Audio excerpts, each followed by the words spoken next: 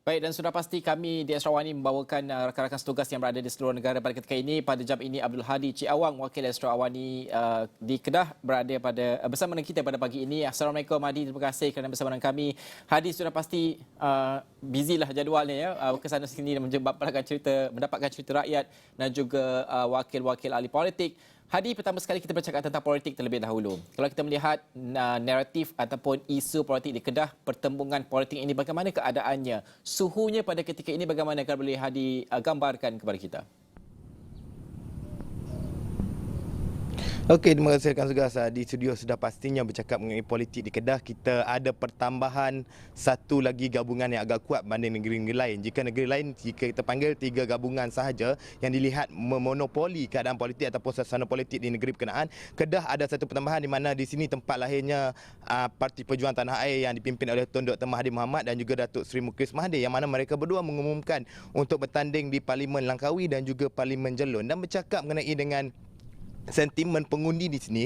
Berapa isu yang berlaku sudah pastinya di negeri Kedah ini tidak terlepas pada banjir dan sebagainya. Dan di sini saya nak umumkan, semalam berlaku hujan lebat di Kedah dan mengakibatkan berapa daerah terjejas dengan banjir, di mana pertama Kubang Pasu, kedua Padang Terap dan yang ketiga Baling, di mana setakat jam 8 pagi tadi 3 pusat pemindahan dibuka, 2 di Padang Terap dan 1 di daerah Kubang Pasu, di mana melibatkan 164 mangsa daripada 50 keluarga. Itu isu pertama, banjir. Mereka di pusat-pusat pemindahan ini kami ada membuat tinjauan pada Ahad lepas mana kejadian banjir berlaku di Padang Terap.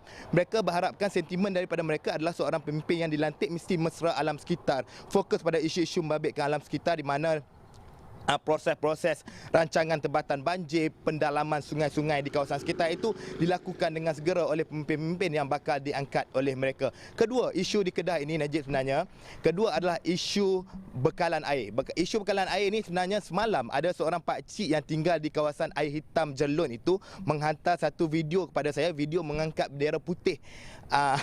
Beliau menyatakan bahawa rumahnya ada di belakang video itu, di belakang beliau berdiri, ada 2 orang makcik OKU yang sedang berada atas kerusi roda dan beliau memegang bendera putih. Maknanya beliau sudah tidak tahu apa nak buat dah, sebab 4 hari tak ada air dan empat-empat mereka dah ketiga-tiga mereka dah 3 hari tak mandi. Beliau mengatakan dalam video berkenaan dan berharap agar isu berkenaan disegerakan oleh pihak syarikat air Darul Aman, dan beliau turut menyatakan bahawa turut menelefon sadar 30 hingga 40 kali sehari, tapi berapa saja panggilan dan jawab. Namun selepas video berkenaan viral ataupun tular dalam sekitar grup-grup di penduduk negeri Kedah ini, beliau cakap kepada saya tak sempat nak pakai kain tuala nak pergi mandi, ayak dah sampai rumah. Maksud dia di sini keadaan itu dia kena viral dulu kot, pakcik tu cakap, barulah ayat tu sampai dan sebagainya. Itu isu kedua. Dan isu ketiga sudah pastinya melibatkan politik. Ini sudah pastinya isu membabitkan kepimpinan. Seperti yang kita dengar tadi, itu di Pulau Pinang, pengundi-pengundi muda ada yang menolak, ada yang menerima. Tapi di Kedah ini kebanyakan, ya, boleh saya katakan lebih 70% mahukan satu muka baru untuk diletakkan sebagai calon mereka di peringkat parlimen, agar dapat suara mereka akan dapat ada berlaku perubahan di kawasan parlimen masing-masing. Dan ada juga sentimen yang menyatakan bahawa mereka sebenarnya suka kepada calon berkenaan, tapi calon berkenaan mewakili parti-parti tertentu yang mereka tidak suka kepimpinan di peringkat atasan parti berkenaan.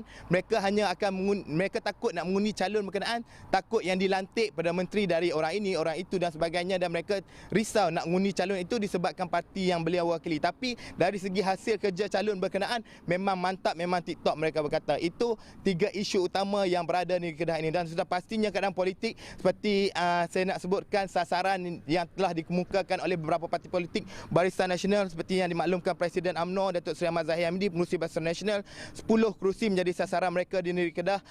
Tapi semalam kami ada membuat pengerusi Pakatan Harapan Kedah, Datuk Mahfuz Omar, maklumkan bahawa Pakatan Harapan menyasarkan untuk menyapu bersih ke semua kerusi parlimen di Kedah, 15 kerusi parlimen di Kedah. Dan untuk sasaran daripada pihak Perikatan Nasional dan juga Gerakan Tanah Air, esok akan ada himpunan Perikatan Nasional peringkat negeri Kedah, di mana kami akan ajukan soalan berkenaan kepada kepimpinan PN di negeri Kedah, dan juga esok juga akan diadakan rapat umum Gerakan Tanah Air di negeri Kedah yang turut akan disertai oleh Tun Dr. Mahathir Mohamad dan juga Datuk Seri Mukris Mahathir, dan mengulas juga mengenai dengan pengumuman-pengumuman calon bagi peringkat negeri Kedah setakat hari ini baru 3 saja calon yang mengesahkan mereka akan bertanding. Pertama, Tun Dr. Mahathir Mohamad di Langkawi. Kedua, Datuk Seri Mukris Mahathir di Parlimen Jelun. Ketiga, seorang calon bebas yang akan bertanding di Parlimen Alor Setar iaitu bekas pengarah JKR Kedah, Datuk Dr. Nordin Yunus. Itu 3 calon yang disahkan, yang mengesahkan mereka akan bertanding dalam PRU15.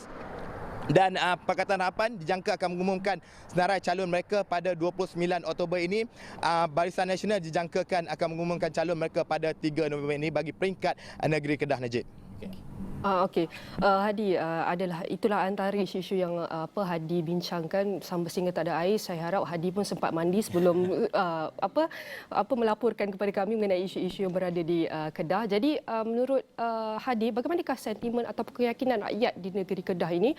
Adakah mereka yakin dengan parti politik di sana mampu menggerakkan naratif ini, mampu menyelesaikan isu-isu ekonomi dan politik yang baru dikatakan oleh Hadi?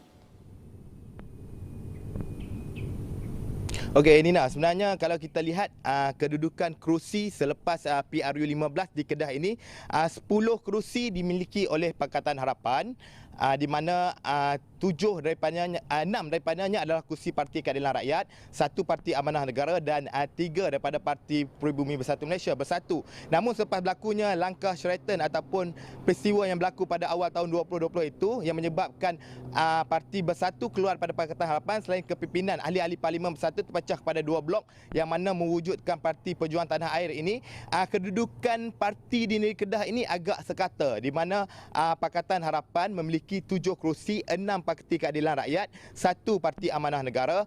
PAS pula memiliki 3 kerusi. Barisan Nasional memiliki 2 kerusi selain Gerakan Tanah Air ataupun yang akan menggunakan lambang pejuang dan juga nama pejuang itu sendiri, iaitu Datuk Seri Mukris Mahathir, Datuk Seri Amiruddin dan juga Tun Dr. Mahathir Mohamad. Mereka juga memiliki 3 kerusi parlimen. Dan sudah pastinya seperti dikatakan, bentuk politik di negeri Kedah ini agak berbeza, memandangkan di sini ada 4 blok yang kuat yang mana kebanyakannya adalah sekata, dan penentunya adalah pengundi-pengundi yang berusia 18 sehingga 39 tahun, di mana beberapa kerusi parlimen seperti Jerai, Padang Terap dan juga Baling, majoritinya adalah di bawah 1,500 undi, yang mana ketiga kerusi itu sudah pastinya akan menjadi hot seat yang dijangkakan akan ditandingi oleh orang-orang kuat juga, nama-nama besar juga. Di Padang Terap dijangkakan Datuk Seri Mahzir Khalid mana akan bertanding situ. Pengurusi Badan Pemenang UMNO Negeri Kedah juga dijangkakan akan bertanding di Jerai, dan bekas orang besar UMNO juga Datuk Seri Abdul Aziz Abdul Rahim akan bertanding di Baling. Ketiga-tiga kerusi sudah pasti akan menjadi tumpuan, dan sudah pastinya satu lagi sentimen pengundi-pengundi Melayu juga akan dilihat di beberapa kawasan pinggir bandar dan juga luar bandar, dan pengundi-pengundi bukan Melayu juga akan dilihat di kerusi-kerusi bandar seperti Alor Setar, Sungai Petani dan juga Kulim, Bandar Baru, Nina. Baik.